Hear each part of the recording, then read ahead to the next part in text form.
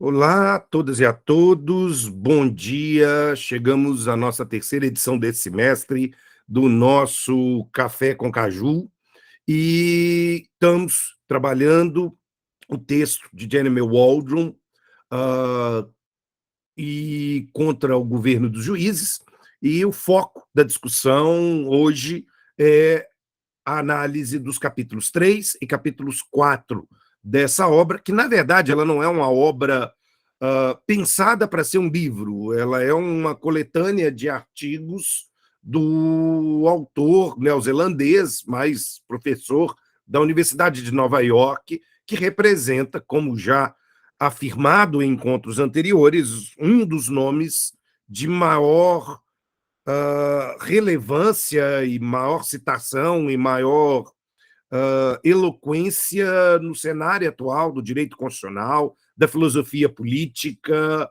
e, portanto, alguém que deve ser lido, deve ser conhecido, deve ser analisado criticamente, inclusive. Bom, passo a palavra para os apresentadores que vão seminarizar os capítulos 3 e 4 de hoje. Sejam todos e todas bem-vindas. Então, vamos lá. Bom dia, pessoal. Todo mundo me ouvindo? Perfeito, Rodrigo. Certinho. Então, vamos lá. Nossa equipe, né, ficou responsável por trazer aqui a abordagem desse capítulo 3 e 4. Logo nesse capítulo 3, que o Waldron intitula ele com o nome Controle Judicial e Supremacia Judicial, ele, nesses dois primeiros apontamentos que ele traz aqui, no primeiro, ele traz uma ideia bastante introdutória nesse sentido. Inclusive, traz algumas citações, né? Uma citação bíblica da questão do governo de Israel, que Deus deu-lhe os juízes. Traz a questão do rei filósofo e a fascina, né, de alguns intelectuais de acreditar, né, que alguns juízes com determinadas habilidades, educações, interesses seriam capazes de decidir a partir, né, daquilo que eles acreditavam. Ainda mais, a que mais chama a atenção, na verdade, é a citação de Abraham Lincoln que o Waldron traz, porque eu acredito que é a que mais fala o que ele queria dizer, aquele mais compactua, aquele mais corresponde à sua ideia. E vou citar muito brevemente que a questão de Abraham Lincoln se trata em relação à escravidão, quando Abraham Lincoln, né, enquanto presidente dos Estados Unidos, ele se deparou com esse conflito, que a escravidão não existia normativização se poderia ou não poderia acontecer, principalmente naqueles territórios que ainda não eram convertidos em Estado. E Abraham Lincoln, em relação a esse conflito, ele chega à conclusão basicamente assim, que se deixarmos a Corte Suprema decidir sobre aquilo que é de interesse da população, aquilo que é de interesse da República, o povo perdeu a sua capacidade de autogoverno. Nós estaríamos, né, submetidos ali à decisão desses juízes. Então, assim, isso, numa perspectiva de Waldron, nasce até como uma crítica desse controle dos juízes, que ele utiliza dessa fala de Lincoln. E mais adiante, ele, já no final desse primeiro apontamento, ele distingue, né, ele separa o controle judicial da supremacia judicial. E que, na verdade, o seu grande problema, a sua grande crítica é em relação à supremacia judicial. Já depois, ele vem abordar, né, de uma maneira assim, muito tranquila, o controle judicial e os tipos, né, na verdade, de controle judicial. Ele faz 10 apontamentos de como poderia ser esse controle, esclarecendo, né, que não como poderia ser, mas sobre o controle judicial, na verdade. Esclarecendo que ele poderia se dar de diversos tamanhos e formas, mas que ele aponta em 10 situações. A primeira que ele aponta é sobre as possibilidades de existir tribunais comuns e tribunais constitucionais, que é o modelo mais kelsiano nesse sentido. Depois, ele vem tratar, né, sobre a possibilidade de existir um tribunal constitucional que acompanha a elaboração das leis, né, e revisa a lei enquanto ela está sendo elaborada. Inclusive, é uma perspectiva interessante esse segundo apontamento que ele faz sobre um tribunal constitucional que acompanha a elaboração das leis. Por quê? Porque caso aquela lei fosse promulgada sem ser revisada, o que aconteceria? Simplesmente, né, antes de ser aplicado em um caso particular, o tribunal caberia esse Tribunal Constitucional, né, revisar essa lei. Ah, mas e se aquela lei foi promulgada, devidamente revisada, poderia mudar o entendimento sobre ela? Não, apenas em uma questão de conflito. Em seu terceiro apontamento, ele diz que o controle judicial ele também pode ser definido, né, através de uma carta de direito ou simplesmente um texto constitucional, como seria o exemplo da Nova Zelândia e também do Reino Unido. Já adiante, né, no seu quarto apontamento, ele diz que a forma de controle judicial ela pode acontecer também, né, através de características da Constituição ou características até mesmo daquele Estado, né, que a Constituição, através de seus princípios, definiria como seria esse controle judicial. O Waldron agora ele entra um pouco na questão do procedimento. Como seria esse procedimento? Primeiro, ele cita a questão dos Estados Unidos, que nos Estados Unidos, né, nos colegiados, nos tribunais, simplesmente via maioria simples. Apesar de existir ali um tribunal, uma maioria de 5-4 decidiria sobre determinado assunto. Já finalizando seus apontamentos, o Waldron ele reafirma o que ele disse, né, que existe diversas formas de exercer esse controle judicial e que poderia ser mais ativistas ou menos ativistas, e encerra esse tópico, inclusive, dizendo que retornaria nestes pontos. E, por fim, para mim é o ponto mais importante desse tópico, que ele diz assim, o mais importante disso tudo é a gente diferenciar um controle judicial forte e um controle judicial fraco. E, na sua perspectiva, o que seria um controle judicial forte? Um controle judicial forte seria aquele tribunal que tem total autonomia para decidir sobre assuntos, né,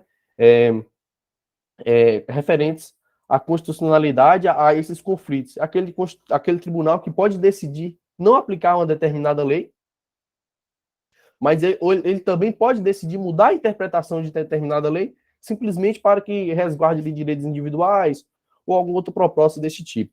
E o que seria, então, um tribunal fraco?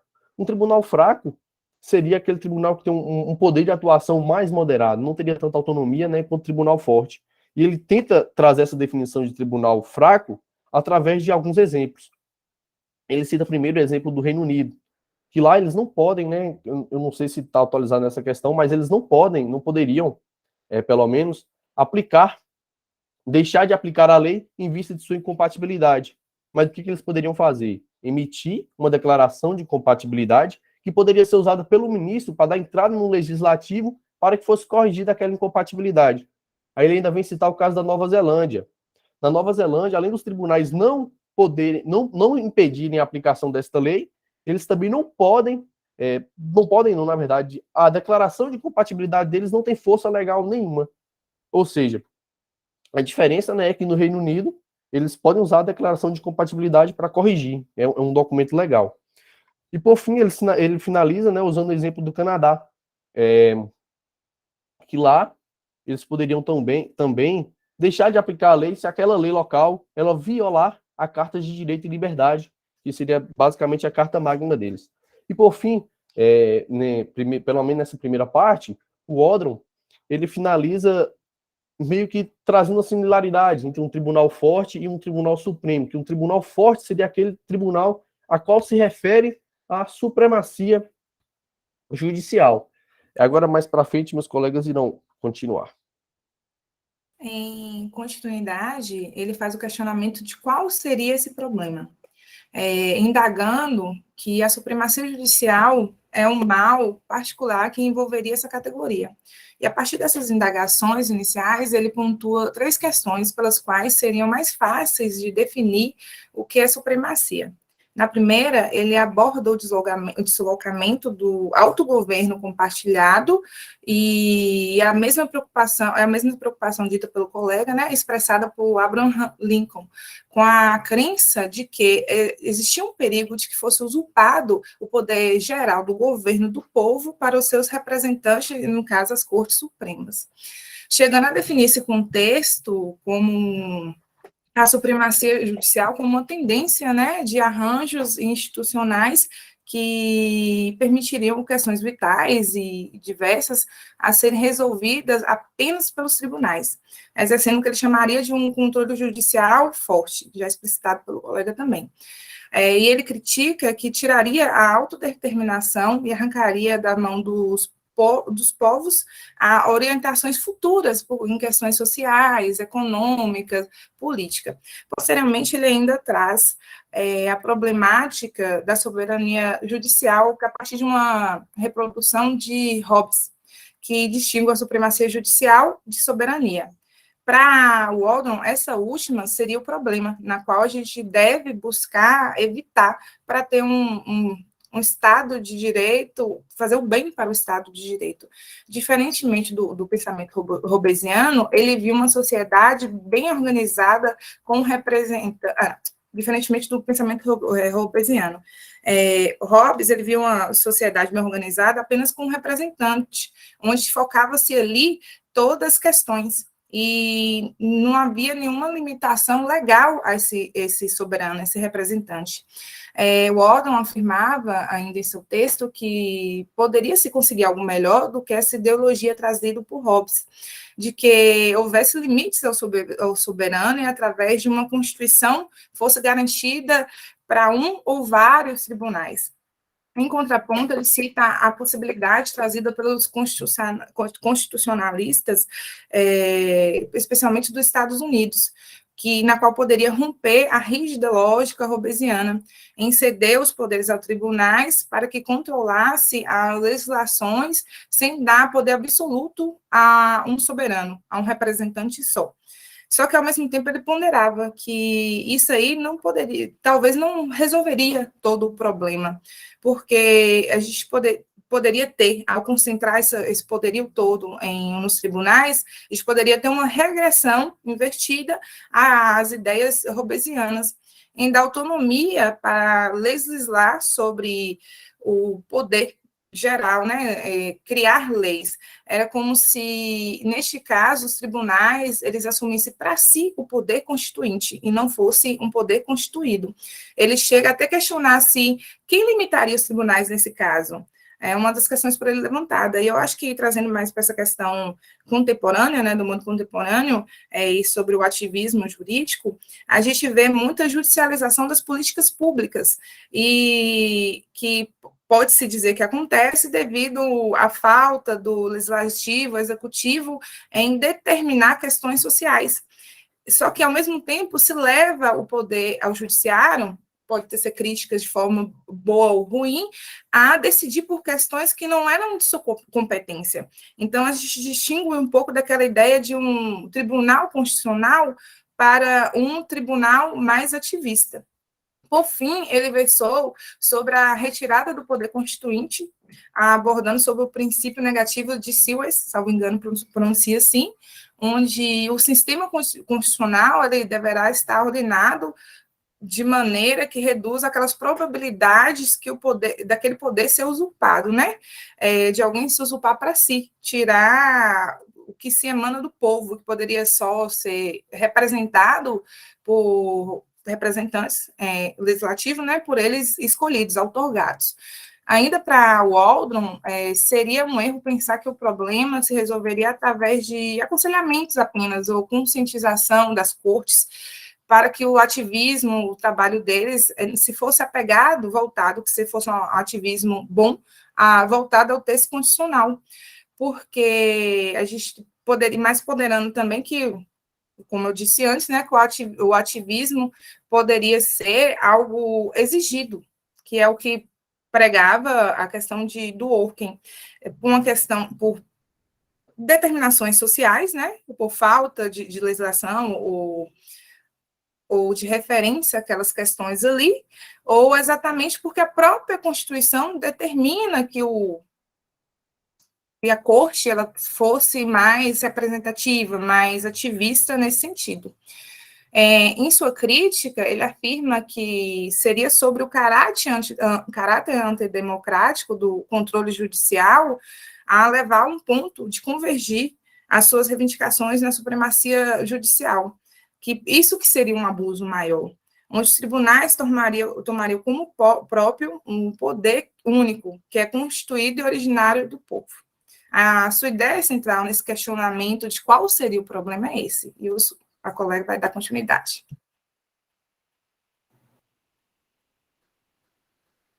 Bom dia. Estão me ouvindo? Sim. Bom, pessoal, dando continuidade ao capítulo 3, eu trouxe justamente a partir desse destaque que Isadora fez sobre a comparação que o autor faz com Leviatã de Thomas Hobbes, né? E que ele vai tratar da supremacia e da soberania do poder constitucional, e ele faz justamente esse questionamento, né, de qual poder poderia limitar esse exercício do poder supremo que é exercido pelo Tribunal Constitucional.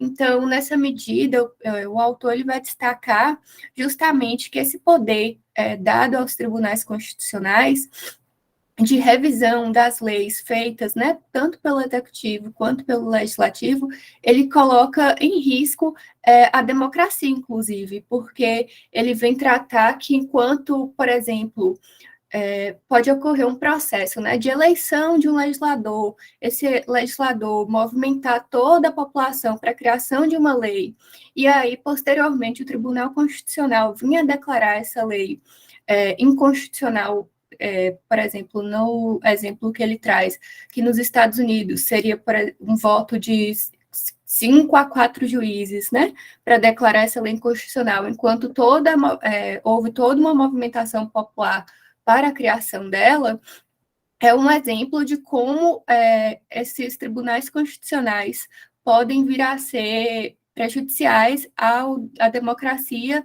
e ao desenvolvimento democrático. Não consigo ouvir. E foi, Larissa? Eu não consigo ouvir. Ouvir? Sim, agora eu não estava ouvindo. Mas ninguém estava falando. Não, professor, eu mesma falando, eu não estava conseguindo me ouvir. Então, eu dou continuidade para a próxima colega, Jamile.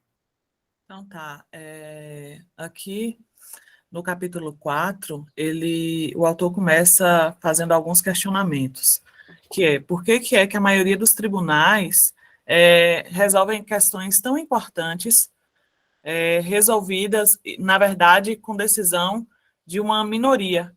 E o questionamento é exatamente esse, é uma minoria que decide que sequer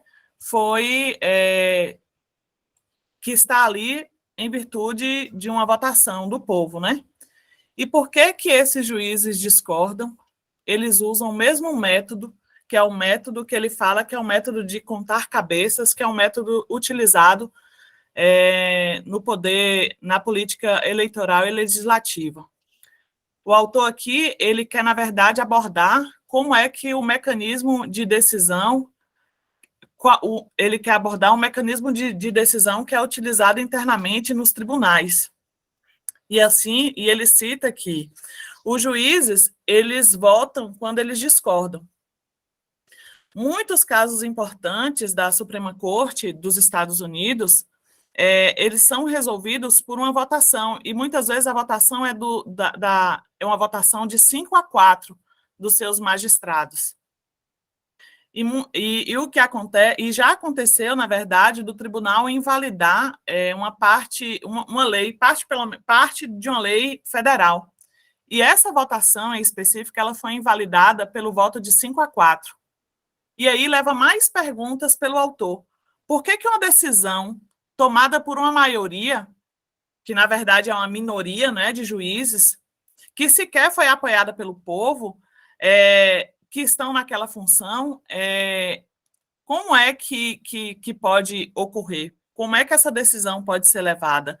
E por que as pessoas, na verdade, que os tribunais, na verdade, eles não decidem apenas situações de direito constitucional.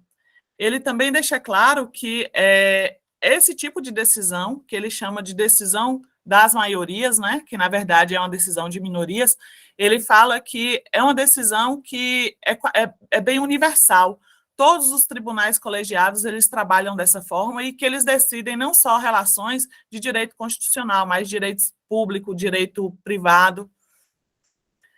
E aí, na verdade, esse quarto capítulo, ele vem meio de muitas questões, né? Por que as pessoas, então, não questionam essas decisões e por que elas toleram. E ele ainda deixa claro que todas essas questões que ele traz sobre por que as pessoas não questionam as decisões de maioria, e o questionamento dele não quer com que as pessoas desacreditem nas tomadas de decisões judiciais, ou mesmo no que é em matéria de controle judicial. Na verdade, o que ele quer é deixar claro que não existe uma teoria sobre a decisão das maiorias e que por não ter uma teoria, ele começa a questionar, né? Então, será que esse mecanismo de decisão ele é adequado? Será que ele de fato ele promete, ele leva a uma resposta correta? Ou ele apenas é apropriado porque é um procedimento mais justo pelo princípio da igualdade política? E aí ele busca algumas razões, ele fala que, mais uma vez, que não parece ter um problema, que ele fala assim, que mais uma vez isso não é um problema com a decisão da maioria nos tribunais, e que não pode ser, na verdade, apenas uma verdadeira posição. E eles falam, e aí ele fala que, e aí existem críticos que afirmam que a decisão da maioria ela pode levar a decisões inconsistentes. E ainda cita dois autores, Don Faber e Philip Freakey, que eles destacam que o caos e a inconsistência são resultados inevitáveis de uma votação majoritária entre os tribunais de apelação, e que eles estarão, assim, poderão estar igualmente arruinados. Mas e se isso acontecer? Como é que fica? A quem deverá ser recorrido? Né? A quem poderemos recorrer? É tipo o Chapolin Colorado. O terceiro ponto é por que para o quadro do judiciário nós temos que imaginar outras regras de decisão. Vale a pena considerar que são descartadas as decisões entre juízes de apelação e juízes de tribunal, que por muito tempo, na verdade aqui, vocês me desculpem, eu acho que é um nervoso, tá? Ele trata aqui que em muito tempo foi tratado questões como, e ele traz um exemplo do Tribunal do Júri, que baseou-se a decisão em condenar o réu numa decisão unânime. E que em alguns locais, como na Inglaterra, por exemplo, é suficiente um veredito da maioria, mas que tem que ser uma supermaioria. Muito mais do que 7, tem que ser 10 votos. Ainda existe uma outra, ele faz um comparativo com outra constituição do Nebraska, que é a do Nebraska, que ele fala que o tribunal ele é composto por 7 juízes, e que a maioria dos membros tem uma autoridade para proferir uma decisão, mas com exceção em casos de constitucionalidade de ato legislativo. A Constituição da Dakota do Norte é ainda mais rigorosa. Ela requer voto de 4 dos 5 juízes para derrubar uma lei. E aí ele questiona por que a regra da maioria não é um procedimento decisório no Tribunal de Justiça dos Estados Unidos. Então, assim, há uma anomalia na ausência de discussão teórica. A decisão de maioria, assim, ele fala que a decisão de maioria parece estar, assim, explicitamente aceita como base de tomada de decisão para a maioria dos tribunais. Mas que nesses sistemas os juízes não parecem... mas também existem alguns sistemas que os juízes não aparecem ser determinantes no voto.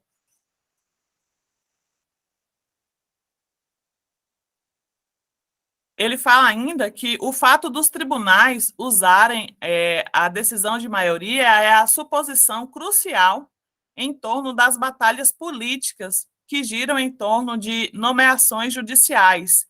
E ele dá um exemplo claro sobre a questão do aborto, que há muito tempo vem se discutindo, mas parece que todas as vezes que existe uma decisão, muda-se o lado, né, as posições políticas, e mudam-se também as confirmações dos juízes, as nomeações e confirmações dos juízes, o que impede que seja resolvido essa discussão em torno do aborto. Então, ele fala que algumas situações, algumas decisões, eles não são inteiramente judiciais, mas que são decisões que são políticas. E aí há um debate sobre os juízes, se os juízes devem trocar votos ou favores para alcançar compromissos. Os juízes eles devem mudar o voto quando não há um papel na decisão do seu caso. E ele fala que não está claro se o uso da decisão da maioria, ele decide um resultado e faz com que ele decide um resultado, aí ele pensa assim, ó, que será que a decisão de maioria ela é apropriada para o campo judicial?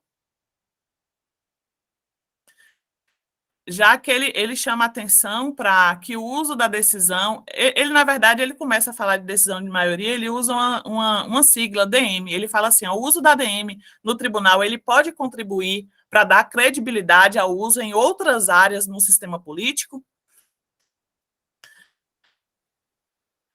No entanto, ele fala que quando observa o procedimento adotado pelos juízes, o que se vê, na verdade, é a aplicação da decisão da DM, né, em questões de princípio, e não apenas política e preferências públicas. E vemos que seu uso no tribunal é uma conclusão, na verdade, de um processo deliberativo. Esse capítulo ele traz, na verdade, a ideia de que a votação da maioria ela não se opõe a uma deliberação de princípios, mas, na verdade, ela é integrada a esses princípios. Quando ele parte para a segunda parte desse capítulo, que ele começa a falar que ninguém discute isso, existe uma falta de discussão sobre esse assunto. As questões do uso das decisões da maioria nos tribunais, ninguém fala, ninguém escreve, não se vê na literatura, não se vê em artigos.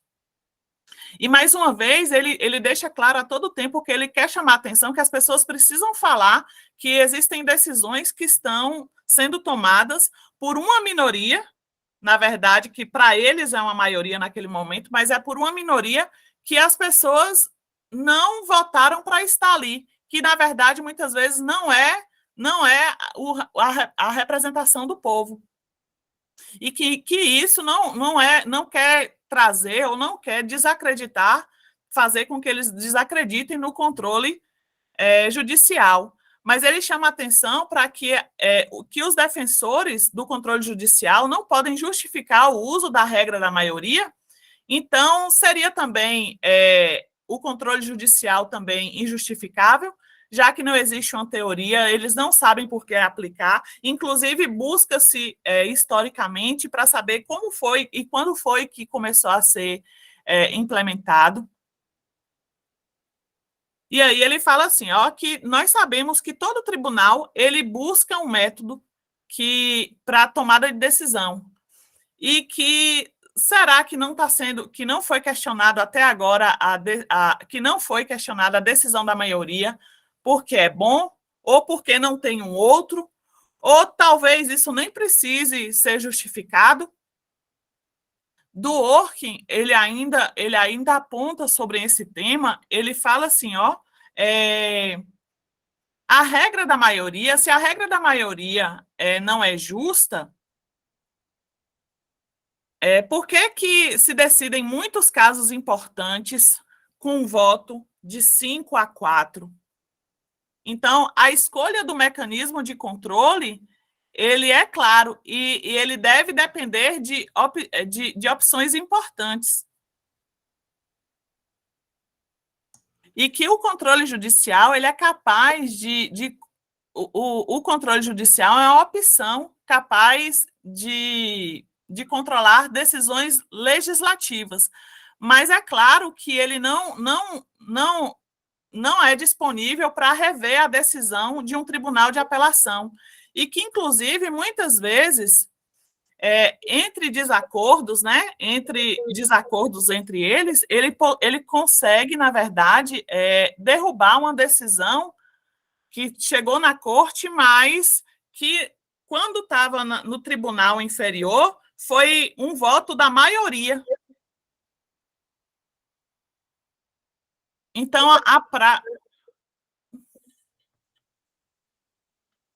Então, a prática do tribunal de adotar a regra da maioria, ela tem que ser e ela pode ser sensatamente questionada, já que não existe uma prática, mas não existem regras, não se sabe por onde. Dworkin ainda, ele fala que... Jamile, desculpa, você tá trabalhando... Ah, não tá. Não tá, tranquilo, pode ir. Ô, professor, que eu fiquei um pouco nervosa, mas... Não, tá. Não, é porque eu estou também acompanhando o texto e eu perdi no movimento do texto aonde estava a sua argumentação, mas eu acho que eu encontrei. O senhor quer que eu volte? Não. Pode ir. Ah, tá.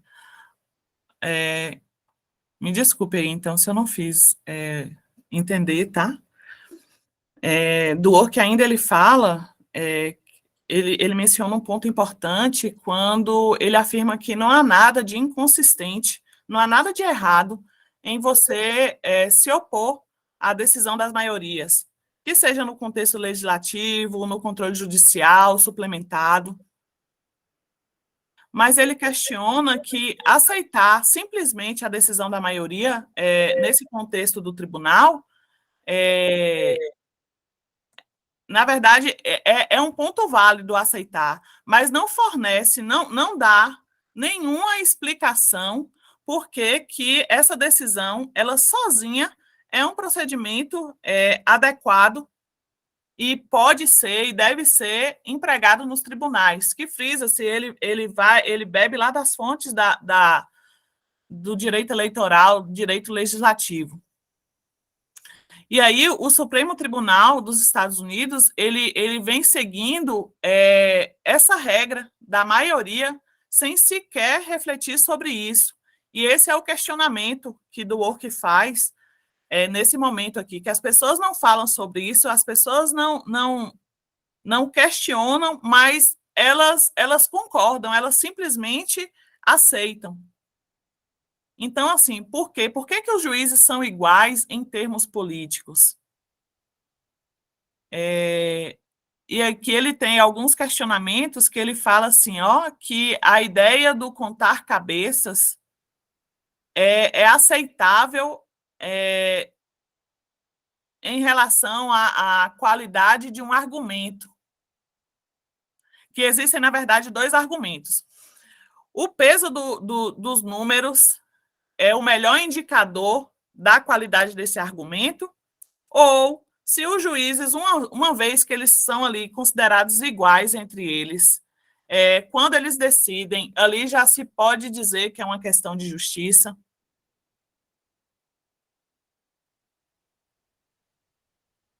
E aqui ele fala um pouco sobre o empoderamento da questão dos juízes e do descrédito da decisão das maiorias em outros contextos, simplesmente pelo fato de que existem questões que já empoderam o juiz e que em outros contextos outras pessoas não conseguem chegar na mesma condição da decisão de maiorias.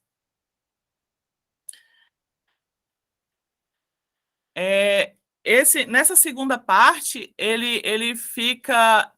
na verdade, ele fica indignado, não é indignado, ele fala mais sobre por que as pessoas, o questionamento dele a todo tempo é por que as pessoas não questionam sobre como é feito e por que é feito, e se talvez existisse uma outra forma de fazer, dessa tomada de decisão, não apenas por um número mínimo, ou por pessoas que talvez não estejam representando a população. Aí agora eu posso passar a fala para o Elton.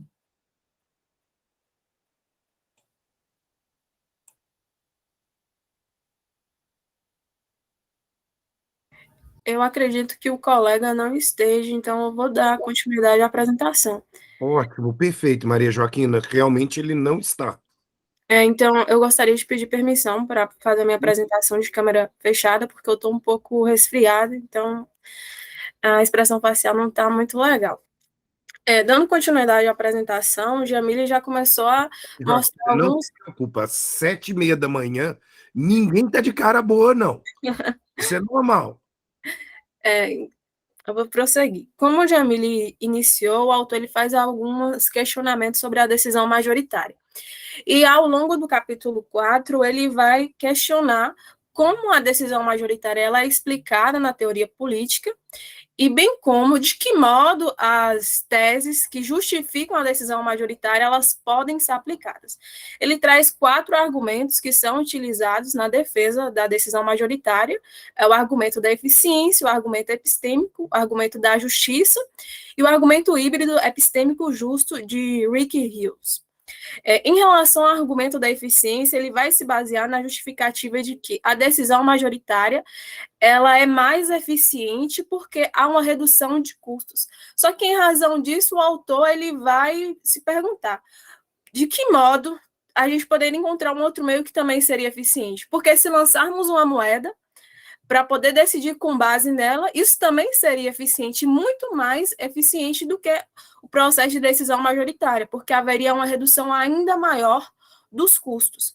Embora essa comparação seja grotesca, o autor ele contra-argumenta dizendo que o argumento da eficiência ela não vai conseguir resolver uma questão principal, que é como garantir a legitimidade das decisões judiciais.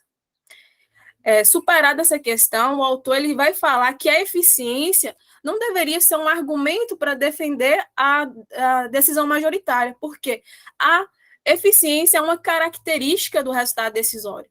Quando a gente busca uma decisão judicial, é que ela seja relativamente definitiva e que ela solucione uma controvérsia judicial. Então, a eficiência, de fato, é uma característica do resultado decisório.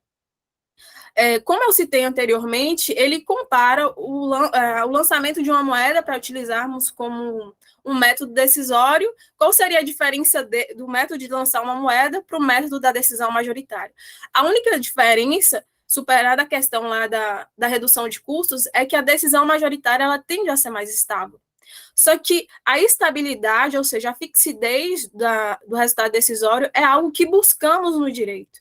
Queremos que uma decisão ela tenha um caráter definitivo e estável para garantir uma segurança jurídica. A principal questão do resultado da eficiência é a busca de se defender a decisão majoritária sob o ponto de vista de redução de custos. Mas, de qualquer forma, não vai resolver a questão de como garantir a legitimidade das decisões judiciais. Depois, o autor ele vai partir para o argumento epistêmico. O argumento epistêmico ele vai partir da premissa de buscar alcançar uma verdade, sobre a premissa de que os argumentos que convencem a maioria, eles tendem a serem os melhores. E tem até um teorema chamado Teorema do Júri, que é do lado do século XVIII, eu não sei dizer o nome da pessoa que criou ele, mas que vai se basear na ideia de quanto maior o número de juízes, maior é a probabilidade deles acertarem. Se pensarmos isso na questão, no âmbito judicial, de fato, quando há uma diferença, igual o STF tem 11 ministros, se 8 deles votam a favor de algo, por ser uma maioria maior, sim, sendo redundante, mas por ter uma desproporção muito grande entre a maioria e a minoria, a gente tende a pensar que, de fato, esses 8 ministros, por serem maioria, têm a maior probabilidade de acertarem. Mas esse teorema não vale quando a maioria é pequena, de 5 para 4. Não tem como a gente dizer que, de fato, essa maioria que é representada aí pelos 5, de fato, teriam acertado na sua decisão. Por que os 4 que foram dissidentes estariam errados? O teorema do júri, de fato, ele é interessante para dizer que o maior número de juízes, eles tendem a acertar, mas não resolve também a questão da legitimidade. Porque quando a diferença é pouca entre essa maioria e essa minoria, como é que diremos que, de fato, esses 5 julgadores acertaram? O autor ele cita o caso de um tribunal decidir sobre o aborto, tendo aí 5 juízes decidindo a favor e 4 ao contrário. Para as pessoas que são conservadoras, como é que iremos dizer que esses 5 acertaram em que a decisão deles é legítima? Igualmente ao argumento da eficiência, o argumento epistêmico falha na questão da legitimidade. Depois o autor ele vai passar para o argumento da imparcialidade. A imparcialidade, que também é confundida com justiça, neutralidade, é isso que ele fala. A imparcialidade ela é algo que é presente na democracia, principalmente na teoria da democracia, e ele vai dividir a imparcialidade entre formal e informal. A imparcialidade informal é quando os cidadãos eles estão convencidos de que a decisão majoritária ela é justa, porque vamos supor que na questão de eleições, se aquela maioria elegeu aquela pessoa, por mais que os cidadãos que perderam, eles vão ter consciência que daqui a um tempo eles poderão eleger a pessoa que eles tinham interesse. E a imparcialidade formal, ela tende a tratar a decisão majoritária como uma forma de respeitar os participantes políticos como igual. Então, tratar todos de forma igual. Trazendo isso sobre o ponto de vista judicial, teríamos que analisar a decisão majoritária sobre 4 condições: o caráter decisório, a neutralidade, o maior peso positivo e a igualdade. Só que aqui a gente já vai falhar em 2, a neutralidade e a igualdade. Por que falharíamos do ponto de vista da neutralidade? Tem aqui o argumento, a regra de Nebraska, de que considerar uma lei aqui. Vamos falar da revisão judicial da legislação, que seria o controle de constitucionalidade. A regra é que a gente tende a pensar que uma lei ela nasce constitucional. Se já pensarmos que uma lei é constitucional, a gente já não está analisando ela de uma forma neutra e imparcial. Então, a decisão majoritária no controle judicial não é imparcial totalmente. Da mesma forma que os juízes eles são diferentes entre si. Tem juízes mais velhos, mais experientes, juízes mais novos têm que ter uma pegada mais progressista. Então, eles não são politicamente iguais. Então, no argumento da imparcialidade, a gente já tem 2 falhas, uma em relação à neutralidade e outra em relação à igualdade. Só que tem um outro autor, que é Rick Rios, que ele analisa de forma híbrida. Ele vai tentar juntar o argumento epistêmico com o argumento da justiça. O autor, Jeremy Waldron, ele fala que Rios ele tenta dar uma forma ali de avaliar a qualidade do argumento, mas ele tende a ter um argumento mais próximo da imparcialidade do que um argumento epistêmico. Rios ele vai tratar os juízes como iguais. Então, se os juízes eles são iguais politicamente, a gente vai contar narizes. Esse é o que o autor fala, mas não no sentido literal. Seria no sentido de considerar os juízes de forma igual, porque representam a lei, ou seja, representam o direito, mas de forma diferente porque são especialistas. E a partir daí a gente vai analisar a qualidade desses argumentos. E ele traz o princípio da diferença, porque vai analisar a qualidade desses argumentos. Só que, igualmente, o autor fala que há uma falha no argumento de Rick Rios, porque também não vai explicar a questão da legitimidade.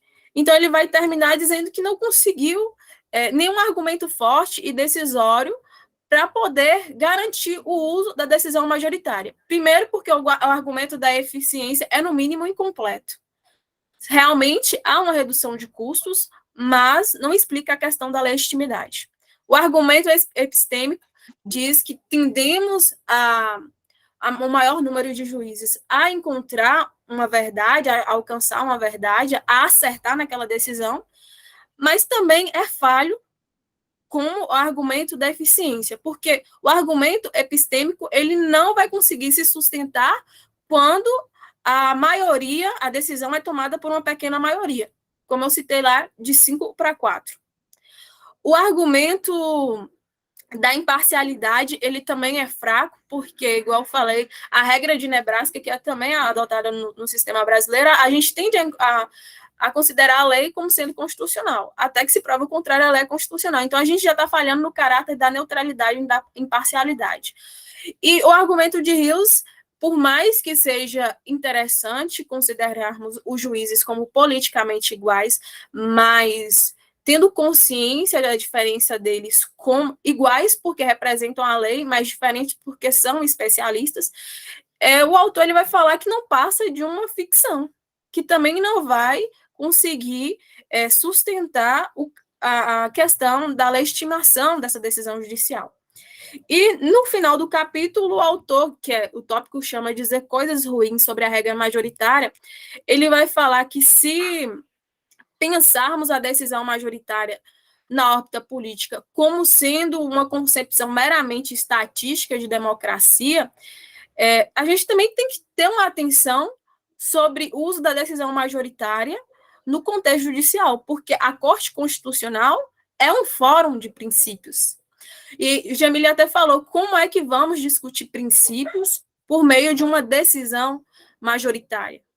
E o autor ele também fala que ele não é contra o uso da decisão majoritária, mas que ela seria mais interessante para analisar questões cotidianas, de necessidade econômica, financeira, e que tem interesses mais grotescos. Mas quando passamos a analisar questões de princípios, elas deveriam ser decididas por um processo superior.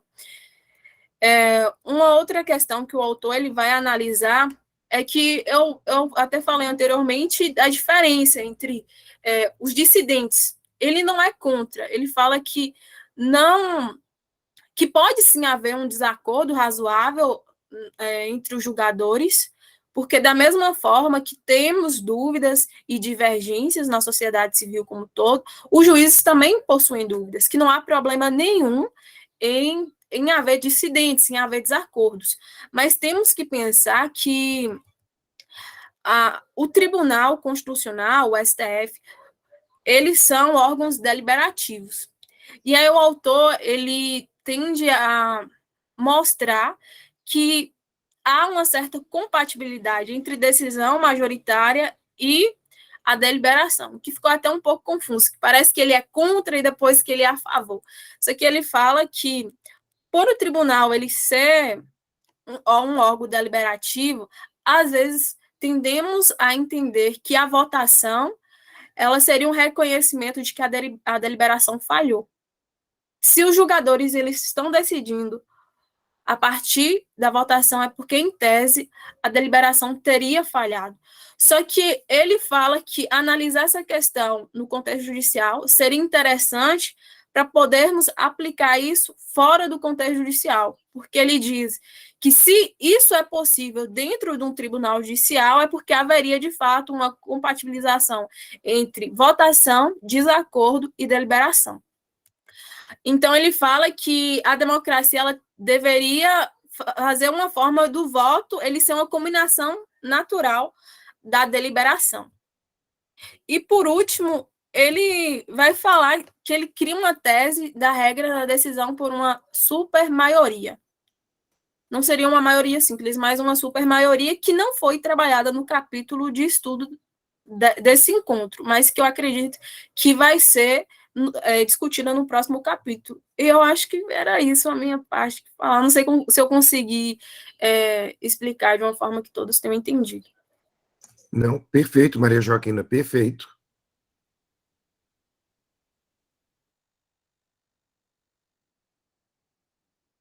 Tem mais alguém do grupo?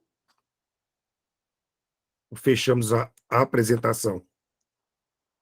Fechamos, professor. Ótimo. Tá. Olha só, eu quero chamar a atenção para 2 pontos do texto do professor Waldron, para a gente pensar a respeito dela.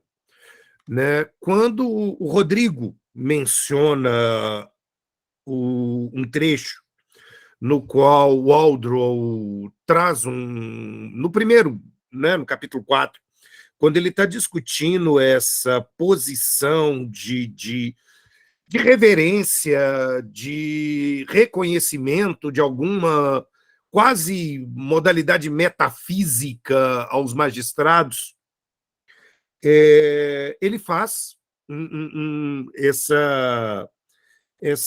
essa menção à fala do presidente Abraham Lincoln. Isso aqui precisa ficar muito bem contextualizado, gente, porque Lincoln está fazendo uma crítica ao julgamento pela Suprema Corte do famoso caso Dred Scott, onde a Suprema Corte dos Estados Unidos decide majoritariamente a favor da constitucionalidade da escravidão. E aí a gente tem um problema, né? Quer dizer, vamos colocar aqui que o próprio Dworkin, em algumas passagens dos seus textos, ele vai deixar muito bem claro que o caso do Dred Scott é, na verdade, um erro institucional. Ou seja, o que a Suprema Corte fez foi uma puta de uma cagada. Desculpa a expressão, mas não tem outra coisa. Né? Quer dizer, no momento em que ela admite que estados têm a liberdade de ter a escravidão ou não ter a escravidão, que a escravidão em si não seria ofensiva à Constituição dos Estados Unidos ou a princípios mais fundamentais, há um erro institucional gravíssimo sendo tomado e isso precisa ficar registrado. Né? Lincoln não está criticando propriamente a decisão majoritária. Lincoln está criticando Dred Scott e dizendo que Dred Scott não deveria ter acontecido. Tanto é assim que como é que Lincoln vai solucionar o problema? Com uma emenda à Constituição norte-americana. Né? Então, a partir da 13ª emenda, nós vamos estabelecer, a partir dos sistemas de reforma constitucional, que a escravidão em si fica abolida dos Estados Unidos, porque a Constituição não mais a toleraria, o que é um negócio muito maluco se a gente pensar aqui. Né? Aliás, é um negócio muito maluco se a gente pensar que nesse mesmo período essa discussão sequer foi ventilada no Brasil. Mas tudo bem, vamos olhar só para eles e vamos esconder a nossa sujeira para debaixo do tapete. Né? Enfim. Outro ponto que também vale a gente pensar é que o Waldron não vai desenvolver, não é a função do Waldron caminhar para isso, né? Mas há um ponto importante na crítica dele, realmente, quando ele vai fazer essa exaltação dos magistrados e como que, de alguma forma, isso entra para a nossa cultura. E olha que o Waldron não está acostumado com determinadas leituras e recepções como talvez os países de civil law vão absorver de maneira mais incisiva do que os próprios países de common law. E aí vale uma remissão, por exemplo, ao texto da professora Ingeborg Maus, lá da Universidade de Frankfurt, chamado Judiciário como Superego da Sociedade, onde a crítica de Maus é ainda mais forte, demonstrando as consequências de um judiciário que realmente se acredita se transformar no vigia da República de Platão e que resolve guardar uma sociedade para além dos próprios interesses dessa sociedade que está sendo protegida. E aí a gente esbarra em algumas questões bem complicadas. Né? Esse texto da Maus é trabalhado corriqueiramente na minha disciplina do mestrado, então todo mundo já teve acesso, e se não teve acesso, está na bibliografia básica do nosso grupo de estudos aqui. Sugiro a leitura, né, Ingeborg Maus, o Judiciário como Superego da Sociedade, que de fato vai conduzir aqui a essa posição, sem falar em outros questionamentos de outros autores. No segundo texto, quando a gente está discutindo a questão da maioria, há aqui uma questão curiosa. Né? Quer dizer, o Waldron bate muito na ideia de maioria, mas a gente viu no semestre passado, lendo a obra Ruído, de Sunstein, Kahneman e Sibony, que a maioria desempenha, sim, empiricamente, um papel extremamente importante na redução do ruído e na redução do desenviesamento cognitivo. Né? De certo modo, a maioria ela é capaz de conduzir a pontos cegos que normalmente uma pessoa individual não veria, e isso é extremamente importante para ventilar numa democracia.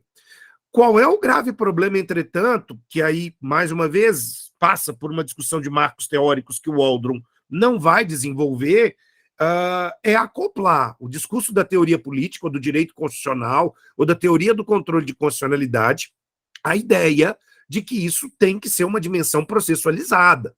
Portanto, a decisão judicial ela não pode ser fruto simplesmente da sabedoria, da sapiência ou da sensibilidade dos julgadores, mas ela tem que prestar necessária observância ao princípio do contraditório, de modo, através de uma decisão fundamentada, os argumentos de todos os participantes devem ser postos à melhor luz, analisados, discutidos e refutados num jogo de dar e exigir razões.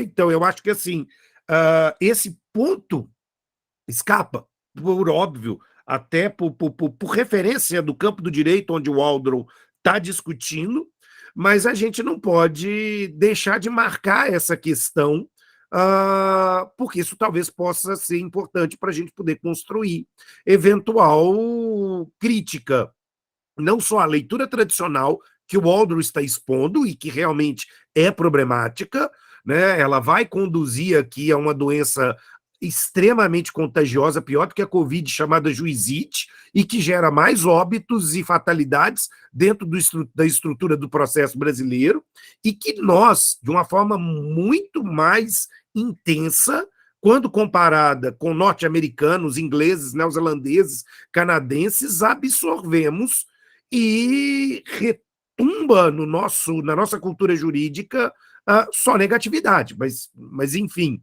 né, ainda há gente apegado a uma teoria geral do processo tradicional. Então, na verdade, o que a gente está lidando aqui é a necessidade, se com o olhar da filosofia política e do direito constitucional identificar um problema, talvez a teoria do processo possa nos identificar possíveis soluções para esse quadro que o Waldron está pintando. Mas, ok, não é o objetivo do Waldron caminhar para a teoria geral do processo. Mas o Caju é interdisciplinar e a gente tem que pensar isso a partir de pontos multifocais.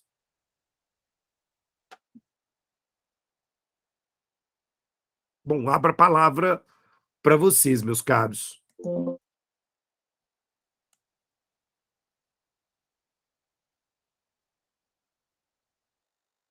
pessoal está meio com sono ainda, Pedrão. Acho que a gente pode pensar também aí que ele está problematizando a maioria, as decisões da maioria, tá? E veja que a maioria em si não é o problema. O problema é ela como único e exclusivo mecanismo, tá? Por quê? Bom, basta a gente olhar a história e ver as atrocidades que as maiorias já cometeram, tá? De outro lado, minorias rígidas, aquela história, né? Minorias rígidas contornam maiorias flexíveis. Então, a questão é pensar em perspectivas mais ampliadas. A maioria e um filtro, tá? Ele não vai falar assim, né? Mas a gente pode fazer essa adaptação a partir, né, dessa perspectiva que o Pedrão vem e traz, do processo, né, de uma perspectiva mais ampliada, e a gente pensar em que outros filtros a gente pode submeter às maiorias. Do contrário, bom, gente, tem um monte de gente aí para trás que já falou, psicologia das massas, do Freud, já que a gente está falando aqui, né, da Maus, bom, Maus não, porque o superego não é nem Freud, né, mas enfim, pensar nessas perspectivas de quais outros filtros para a maioria, porque o fato da maioria ser um elemento de eficiência não valida a qualidade da decisão, porque a decisão deve necessariamente ser eficiente, ponto. Então, né, senão a gente entra num ciclo autofágico aí, né? Então, acho que a gente precisa questionar as maiorias, né? Não para descartá-las, mas para confirmar, né, ou avançar em outras perspectivas, porque há aí sim, aquilo que o Castanheira Neves vai falar, né, de um constituto constituendo. Decisões tomadas outrora não necessariamente serão tomadas agora e decisões tomadas hoje não necessariamente serão tomadas no futuro, pelas maiorias. Por quê? Né? Pela dinâmica da própria história, pela historicidade, pela perspectiva hermenêutica, etc.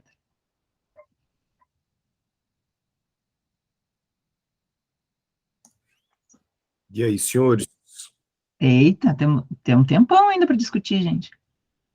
Dúvidas, então? Quem sabe a gente pensa em dúvidas, né, Pedrão? Exato, exato. O que é mais difícil aí no texto? O que está fazendo sentido? O que não está fazendo sentido? Maria Joaquina veio, ela apontou e disse, fiquei na dúvida, não entendi bem, ele está defendendo ou não está defendendo a maioria final? Que esse é um raciocínio bem linear, né? Ele é a favor ou ele é contra? Toda vez que a gente lê um texto, a gente já falou sobre isso aqui, né? Vamos tentar ler os textos sem ficar tentando compreender essa coisa do a favor ou contra. Sim ou não? Preto ou branco, né? Eu acho que aqui também é importante, pessoal, vocês pensarem que o Waldron, ele é um autor com uma linguagem sofisticada e ele não está produzindo um manual. Então, ele não está simplesmente julgando o argumento dele, dizendo eu penso isso, fulano pensa aquilo, porque nós brasileiros, às vezes, escrevemos obras muito assim. Então, ele começa um raciocínio, que é um raciocínio de um outro autor, para ele fazer um processo de desconstrução desse raciocínio, apontando defeitos, aporias e problemas. Né? Isso é meio do Dworkin, o Gadamer. Ele traz o raciocínio do outro e te apresenta, e no primeiro momento você pensa que ele até concorda com o autor. E depois ele vai mostrando os problemas e vai desconstruindo até que ele apresenta a versão dele, digamos, da questão. É meio socrático mesmo. É meio maêutica. O professor Pedrão e professora Ângela, teve um momento, quando ele trata do argumento epistêmico, que eu achei, assim, válido o questionamento dele, que é em relação à maioria ínfima, de uma diferença pouca, de 5-4, quando ele fala mesmo, se a constitucionalidade de uma lei é decidida de 5-4, 5 entendendo que a lei é constitucional e 4 entendendo que não é constitucional. De fato, não haveria uma certa dúvida em relação a essa constitucionalidade da lei, porque igual no próprio argumento epistêmico que tem o teorema do júri, que quanto maior o número de julgadores, maior é a tendência a acertar, que é descartado quando a gente tem essa maioria pequena.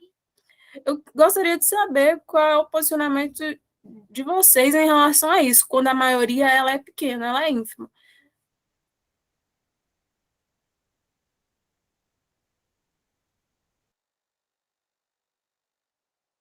Olha só, eu acho que aqui, né, a gente tem que pensar a partir de alguns pontos. Primeira situação, na verdade, será que realmente vai fazer muita diferença se ela fosse tomada com 2/3, 3/5? Quer dizer, mas eu vou reduzir a possibilidade de um voto de diferença. Porque, no fundo, a questão ela não é quantitativa, pelo menos da forma como eu compreendo, Maria Joaquina. Ela está ligada à qualidade do argumento que está sendo trazido para a construção da tomada de decisão. E isso é importante, porque é uma questão muito mais, eu diria, procedimental, do ponto de vista de que a gente precisa ter um ambiente adequado para a tomada da decisão e da fundamentação dessa decisão, porque, portanto, não é uma questão de VOF entre marca A ou marca B, mas por que se marca A ou por que se marca B? Por que a maioria traz os argumentos que traz? Será que os argumentos trazidos pela maioria realmente representam aqui razões suficientes que partem da nossa comunidade de princípios? E aí, me desculpa, eu não consigo não pensar de maneira dworkiniana para justificar aquela decisão, né? Porque, às vezes, realmente, eu posso ter uma decisão apertada, mas com bons argumentos. E, às vezes, eu posso ter decisões bem esdrúxulas tomadas por uma maioria apertada ou não apertada. E enfim, né?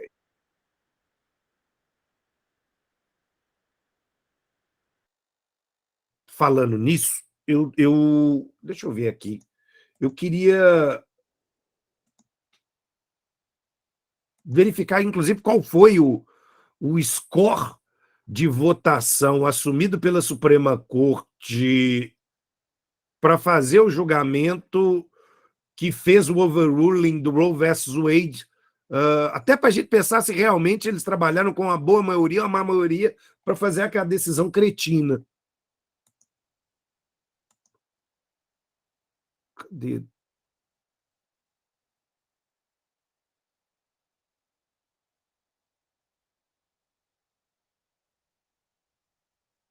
Deixa eu achar aqui no Dobbs, no caso da Suprema Corte.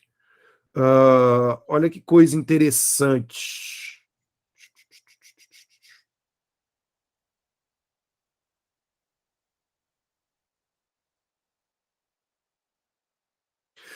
Olha que coisa interessante, né? O precedente Dobbs versus Jackson, que fez o overruling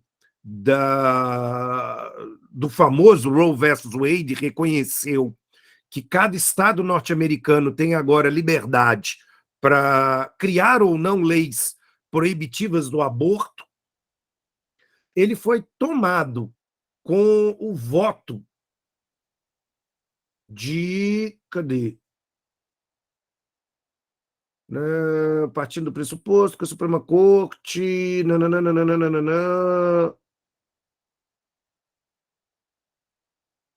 Nós tivemos. Tivemos uma maioria. Tivemos uma maioria interessante. Tivemos 3 votos vencidos na Suprema Corte. 3 votos vencidos.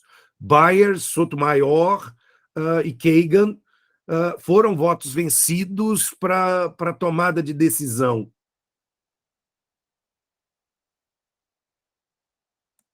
Né? E aí vale lembrar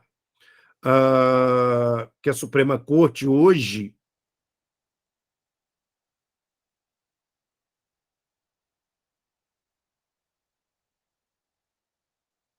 né, ela tem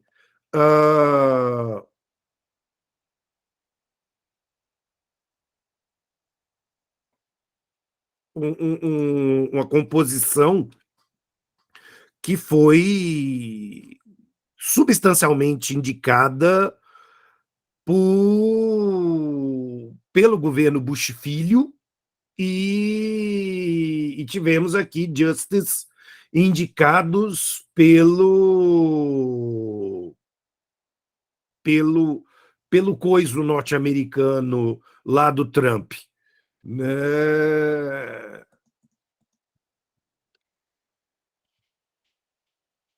Então, a gente teve aqui uma composição que sofre influência dessa posição hoje. Né? Ela acaba tendo hoje uma maioria conservadora.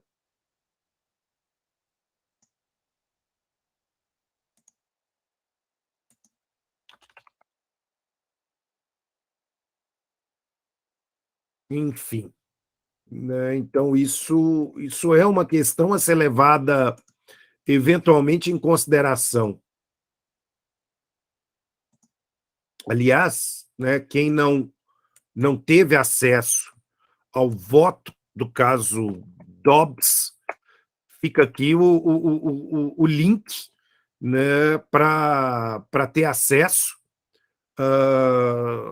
O Patrick colocou a lista de presença de novo, mas o meu está acima dele. E aí vocês têm acessos a todos os votos, vocês têm acessos às sustentações orais que foram proferidas, né? Esse site ele é muito, muito, muito legal, porque não sai simplesmente a decisão.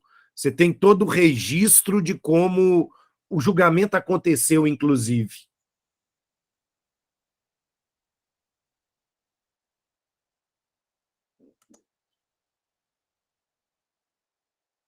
Mas e aí, pessoal?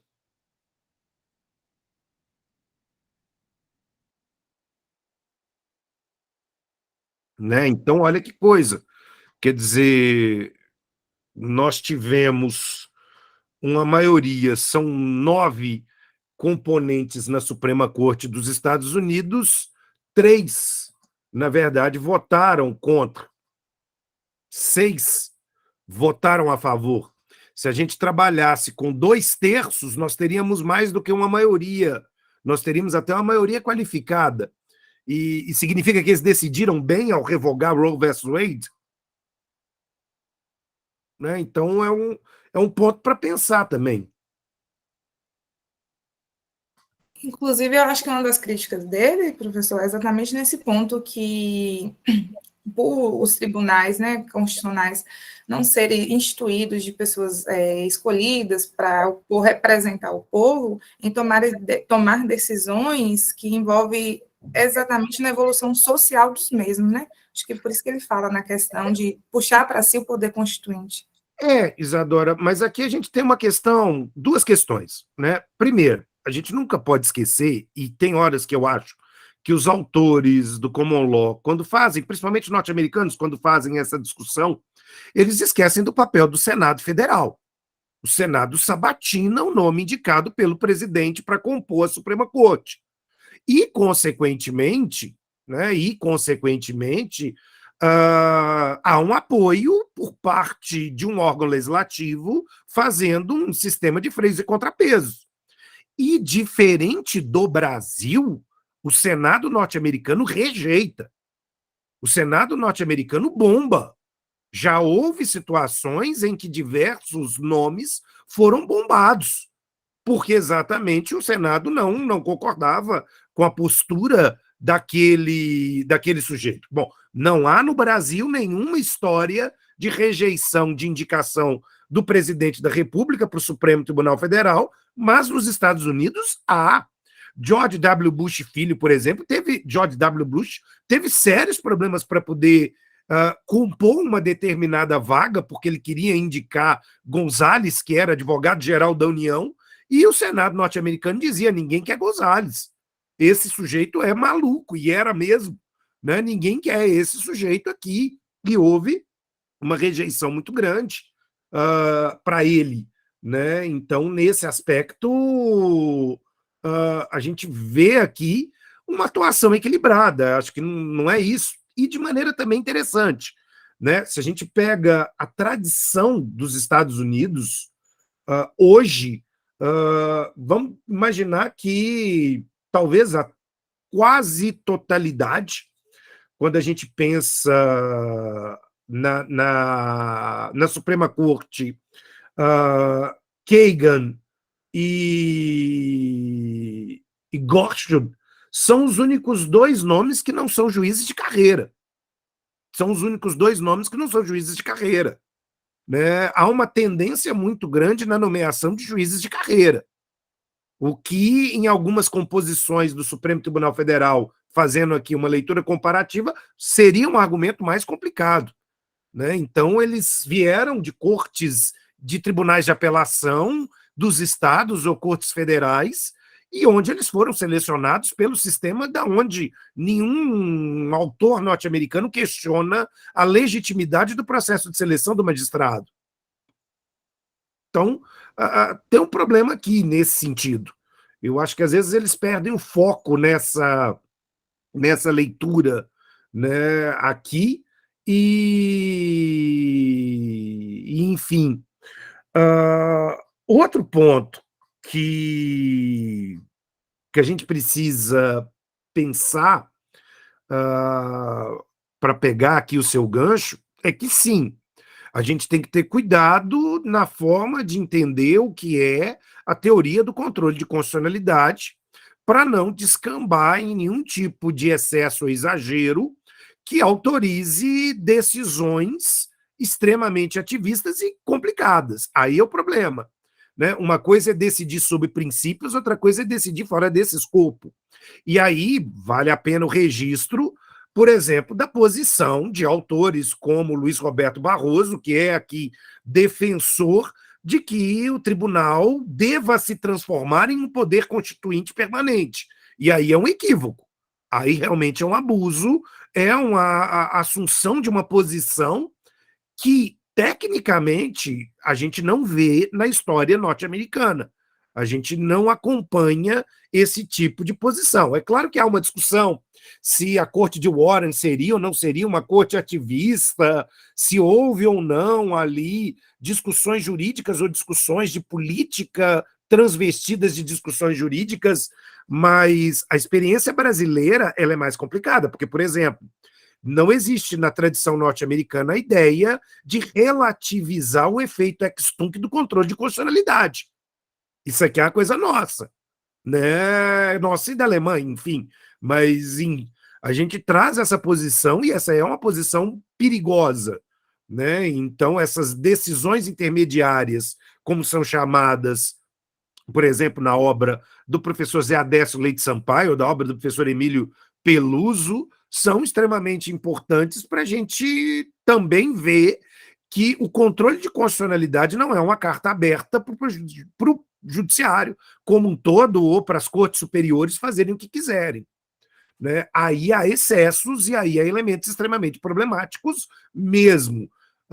E a gente tem visto uma posição por parte do nosso poder judiciário, principalmente do Supremo Tribunal Federal, e aí a voz que encabeça isso é a posição do Luiz Roberto Barroso, e isso é complicado. Isso realmente é complicado. É que quando a gente começa a ler a obra, você tende a trazer realmente para a realidade mais brasileira, né? Como um entendimento do contexto do que ele trata.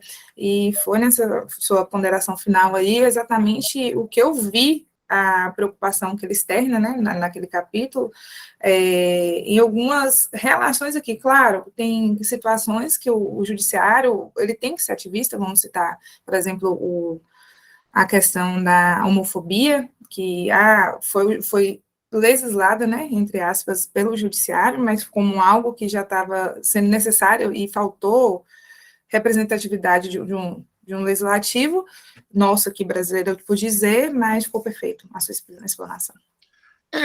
Aqui você traz uma questão que eu acho que é uma questão, vamos dizer, complicada, porque, de novo, a gente também tem que entender que algumas questões não são questões legisláveis, são questões de efetividade de direitos fundamentais que já foram postos na Constituição. E aí isso não está para que maiorias decidam, porque do mesmo modo que o Waldron está dizendo, olha, a maioria ela é negativa no controle de constitucionalidade, bom, como é que leis são propostas e votadas se não por maiorias? Então, esse critério de legitimidade, ele é um critério complicado, né? O fato é, a gente tem que parar de entender que a tomada de decisões institucionais, jurídicas, políticas, ela não pode ser tomada por maioria ou minoria no seu sentido quantitativo, mas sim no sentido qualitativo. A qualidade do argumento tem que ser um argumento com pretensão de universalidade, ele tem que ser um argumento capaz de convencer não apenas aqueles que tomaram as decisões, mas aqueles que vão ser submetidos àquelas decisões, ou seja, nós o povo, né, ou we the people, como diz a Constituição norte-americana. E eu acho que esse é o ponto principal que, às vezes, o argumento do Waldron, principalmente nesse texto, desfoca. Né? Ou seja, Dworkin, por exemplo, ao defender o controle de constitucionalidade, ele está defendendo o controle de constitucionalidade como mecanismo de proteção de minorias, a partir do pressuposto de que maiorias não têm que dar opinião sobre questões que envolvem o projeto de vida e felicidade dela. Né? Então, por exemplo, questões como casamento entre pessoas do mesmo sexo, eu realmente defendo que isso não é uma questão de legislação. Do mesmo modo que seria absurdo imaginar a existência, como foi nos Estados Unidos, de leis dos estados proibindo que pessoas de raças diferentes se casassem. Isso não é um problema do Estado. Isso é inconstitucional. Você tem o direito de se casar com quem você quiser. E isso é importante. Né? Seja ela de raça diferente ou de mesmo sexo. Né? É óbvio que aí algum gaiato vai virar e dizer o seguinte: ah, mas então será que a gente vai poder criar então um casamento entre ser humano e animal, ou ser humano e alienígena? Bom, aí é outra história. Ela Maldade à parte, deixa isso para o Daniel. Essa questão que a gente tende a entender que a palavra ativismo como algo pejorativo, e nem sempre ela é necessária também. Não, ativismo é pejorativo. Ativismo é patologia do sistema jurídico. Não existe bom ativismo. Não existe bom ativismo. Todo ativismo é usurpação. O grande problema, Isadora, é entender o que é ativismo.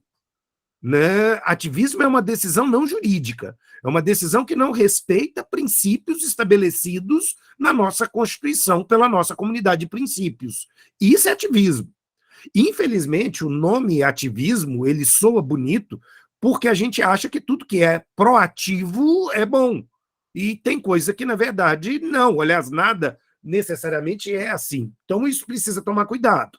Tá? O ativismo é um mal, é problemático. O ativismo, ele conduz à usurpação de um debate.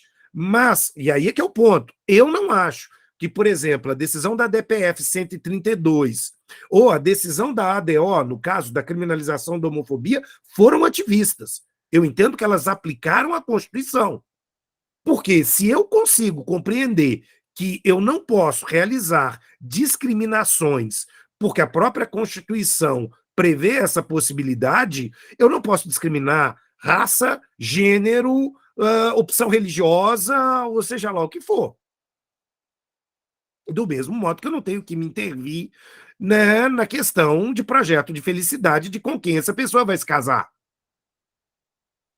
Né? E aí eu realmente critico a posição da Suprema Corte dos Estados Unidos aqui nesse precedente que eu deixei aí, o Dobbs, porque eu acho que há, sim, um direito de liberdade da mulher sobre seu próprio corpo. Como ficou consignado lá no Roe versus Wade, lá da década de 70, da Corte de Warren. Eu acho que, na verdade, o Warren cumpriu a Constituição. Né? Como cumpriu a Constituição no famoso caso Brown versus Board of Education. Um Estado, ele não tem direito a fazer uma legislação segregacionista. Ah, mas vamos poder votar se nós queremos transporte público, a escola pública para negros e brancos? Não, nós estamos falando do princípio da igualdade. O Estado tem um dever com todos os cidadãos de fornecer as iguais oportunidades.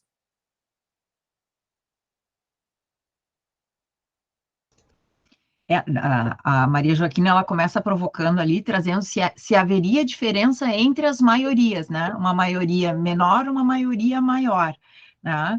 Mas olha só, vou propor aqui que a gente escape desse diálogo, não, ou fique nesse diálogo, né? De maioria, minoria, o que é melhor, a maioria tem razão, a minoria tem razão, né? Onde é que a gente vai encontrar o elemento que traz a eficiência, a eficácia e a efetividade de uma decisão?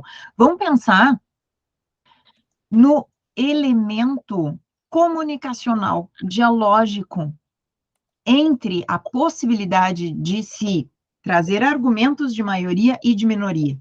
Né? Vamos pensar no Marco Aurélio, quando ele dá, o Pedrão falou aqui da ADO 26, e antes da ADO 26, a gente tem o HC lá do caso Elvanger, né? Quando a gente tem uma oportunidade ímpar, como tantas outras, né, de justamente pensar sobre fenômenos que não estão considerados nas legislações, pelos mais diversos motivos, às vezes pela nossa limitação mesmo. Né? Então, lá no caso Elvanger, a gente tem votos minoritários, e um deles foi o do Marco Aurélio, conhecido pelos votos minoritários. Mas o que não significa que não sejam votos sem qualidade, né? Vejam, e ele diz que ele não se sentiu um perdedor quando ele proferiu o voto de minoria lá, né, para conceder o habeas. Ele diz que os votos de minoria são uma vitória da democracia, porque o próprio tempo vai evidenciar aquilo que está sendo comunicado num voto de maioria. Assim como o tempo mostra o que está sendo comunicado com as decisões ou com as compreensões insanas aqui, a partir, claro, óbvio, né? A gente tem uma base aqui, né, de maiorias. ou de manifestações sociais, minoritárias ou majoritárias. Há sempre algo que está sendo comunicado ali. Isso tem que ser traduzido democraticamente e tem que ser traduzido para o direito na forma de legislação, para o direito na forma de decisão. E isso não é, a hora que a gente faz isso, não é ouvir as vozes das ruas, né? Como no passado se falava, né? E isso também não é proferir decisões ativistas, tá? Então, há sempre, de novo, um filtro, e talvez a gente possa pensar aqui no elemento comunicacional, né? Bem lá, Habermas, como está muito evidente aí na fala do próprio Pedron, né? Essa questão de trazer o processo, de trazer as reflexões, o contraditório, né? Então, vamos tentar escapar dessa binariedade. E, de novo, é por isso que a gente não consegue pensar sobre nada disso que a gente está fazendo pesquisa com dedução ou indução, gente. Uhum. Para a gente ser coerente também na hora que a gente está produzindo pesquisa. Não tem como fazer e pensar sobre isso que a gente está fazendo aqui a partir de uma perspectiva deducionista ou inducionista. A hora que a gente está fazendo isso, a gente não está conseguindo fazer reflexão contemporânea. A gente está lá no século XVIII, XIX, preso no racionalismo puro, acreditando exclusivamente na razão, ou a gente está preso no empirismo, acreditando exclusivamente na nossa experiência, no nosso mundo que é sempre limitado. Né? Então, acho que é importante a gente pensar sobre isso também e fazer, né, uma coerência. A gente está fazendo aqui uma análise fenomenológica, a gente está fazendo uma análise dialética, a gente está fazendo, na pior das hipóteses, né, e a gente pode avançar nisso, uma hipotético dedução. Tá? Mas para a gente ser coerente na hora que a gente vai construir esses argumentos. Tá? Então, acho que dar uma olhada no Wanger é interessante, pensar, né, na relevância dos votos vencidos e como eles trazem germes, né, um elemento, um gene, né, para que a gente possa avançar no direito. E até com overrulings, distinguished, né, adiante.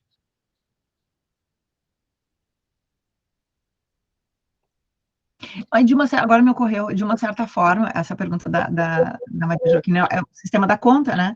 Porque se você pensar no TJ, você tem, né? Os TJs é 2-1, a maioria ali. Tá? E adiante a gente vai, né? Num infringente e adiante a gente vai tendo mais maiorias. Então, de certa forma, o próprio sistema vai contemplar isso. Mas isso não é garantia. Não é garantia.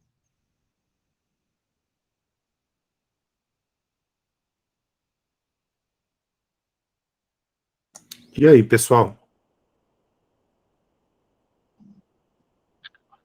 Agora eu me lembrei, já que a gente faz essas questões de direito e literatura junto, né, Pedron?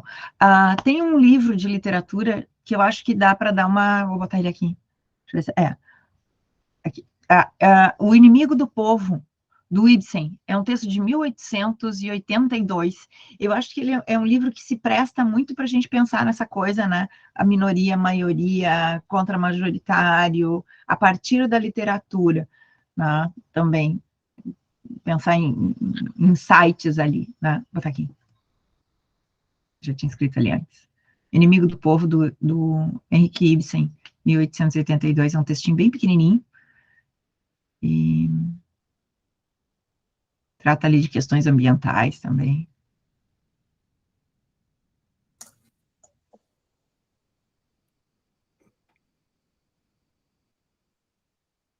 E aí? Gente. Eu estava analisando a fala de vocês sobre a pergunta que eu tinha feito, né, de quando a maioria ela é pequena. E aí o professor Pedron fala de se analisar a qualidade dos argumentos e a professora Ângela da comunicabilidade das decisões. O que eu achei que aproxima bastante do argumento híbrido epistêmico justo de Rick Hills. Que ele fala de se analisar a qualidade dos argumentos, de tratar os juízes como iguais e contar narizes, né, que é analisar a qualidade desses argumentos. Só que o autor do livro que a gente está estudando, ele fala que isso não passaria de uma ficção. Porque é o ponto de dissidência na verdade, que o Waldron vai começar a apresentar, começar não, né? Mas vai marcar aqui a sua forma de pensar. De fato, ele vai contra essa ideia. Coloquei ali no chat. Na verdade, Isadora, esse é o ponto. Segundo o professor Calvo Gonzalez, tudo no direito é ficção e nada no direito é extraficcional. Exato, bem lembrado. Aí a gente precisa pensar na qualidade das nossas narrativas, na qualidade dos nossos argumentos e no que tudo isso quer comunicacionar. Voltamos para o ponto inicial. Quem diz que a decisão da Suprema Corte é melhor que a decisão de um juiz de primeiro grau? Bom, a gente estabeleceu essa ficção. Ou pior, porque aqui no Brasil tem isso, né? Quando o sujeito ele é julgado pelo Supremo Tribunal Federal, já se presume que se trata de uma decisão 100% política e não jurídica. E que o juiz de primeiro grau seria o melhor juiz. Eu acho isso curioso.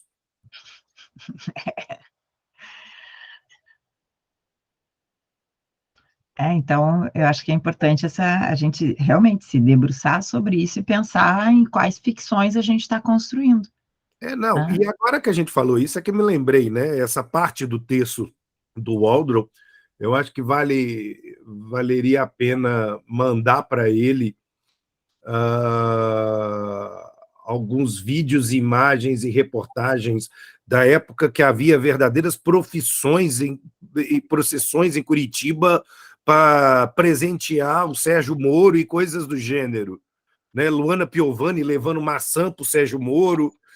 Talvez seja uma imagem muito mais ridícula do que as imagens que ele mesmo traz, fazendo referência a Roma, aos textos bíblicos e etc., de culto ao juiz. E olha a merda que deu. E olha onde isso foi parar. Que medo, né? Né? Então, isso realmente é uma coisa para se complicar.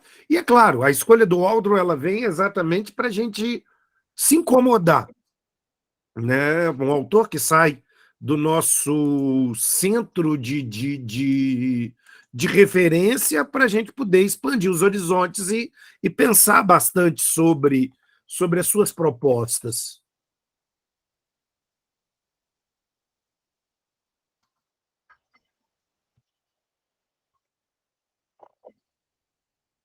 Mas foi como a professora Ângela apontou hoje, sai mais com questionamentos do que com respostas no final, né?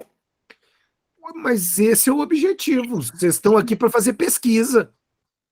Sim, sim. Vocês precisam receber perguntas. Até porque, na verdade, Isadora, tem respostas que ninguém tem. Mas eu não falo, assim, em relação à nossa discussão aqui, falo a leitura desses autores. A gente mais levanta questionamentos sobre as questões vivenciadas ao que eles narram, ao que a gente vive, do que respostas, de fato.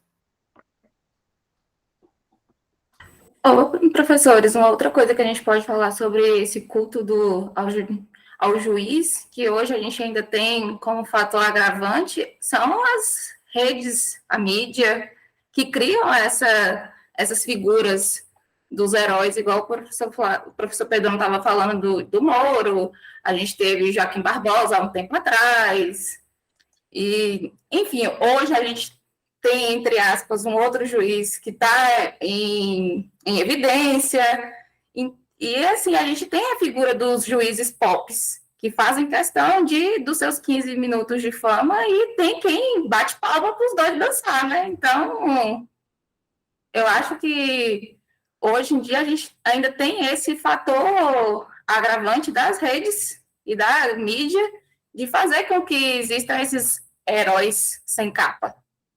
Sim. Isso é altamente psicanalítico, né? É a necessidade de um grande pai. Voltamos a Ingeborg Maus aqui. É isso aí. O Sassá Mutema para essa geração que nunca assistiu a novela. São os riscos, aí a gente pode fazer um outro tipo de problematização, né? Pensar no risco do tecnopopulismo, né? De como a gente constrói né? E, de novo, acho que se a gente olhar, gente, esse inimigo do povo do Ibsen, isso se mostra muito evidente, essa a necessidade absurda que a gente tem, né, dos mitos de um grande pai, né? Na verdade, a necessidade de poder responsabilizar alguém, né? Pelo êxito e pelo não êxito. E é uma forma de não autorresponsabilidade da nossa condição de cidadão também, né? E aí a gente volta para cá, né, Pedrão? Volta para o ensino, para a formação de juristas, quem são eles, né? Quem são os cidadãos, como a gente está formando cidadãos. Exatamente. Tecnopopulismo hoje fragiliza demais a nossa democracia e as maiorias qualificadas. Ao mesmo tempo como, né, também fortalece, porque nos permite reagir a isso. Conhecer isso, né? De novo, o elemento comunicacional.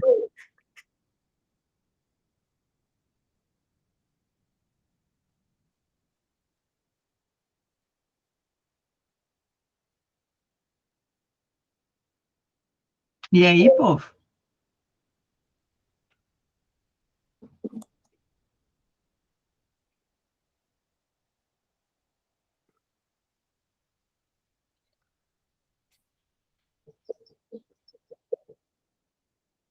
É.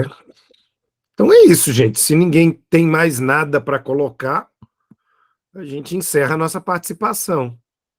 Sabadão. É.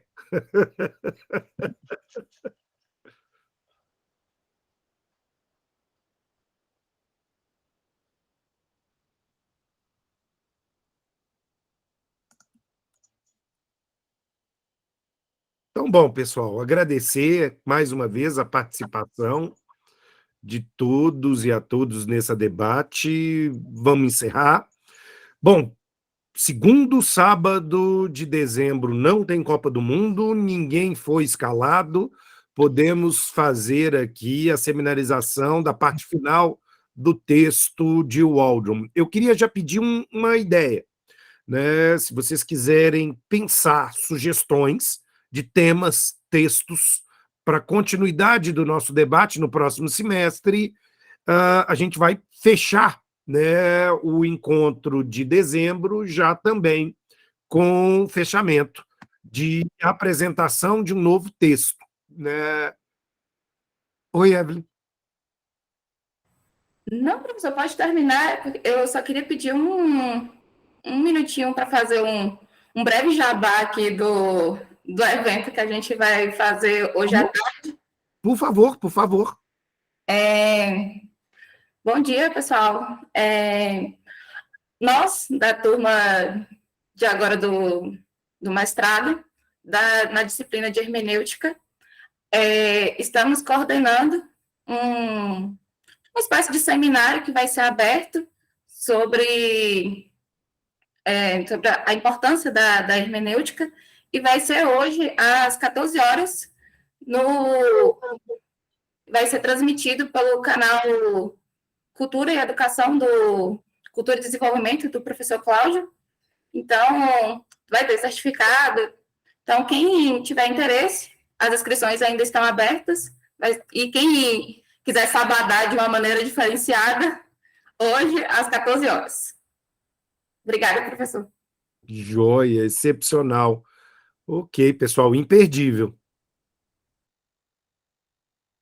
Então é isso, né? Eu vou encerrar aqui a gravação e convidar a todos para o nosso próximo encontro na segundo sábado de dezembro.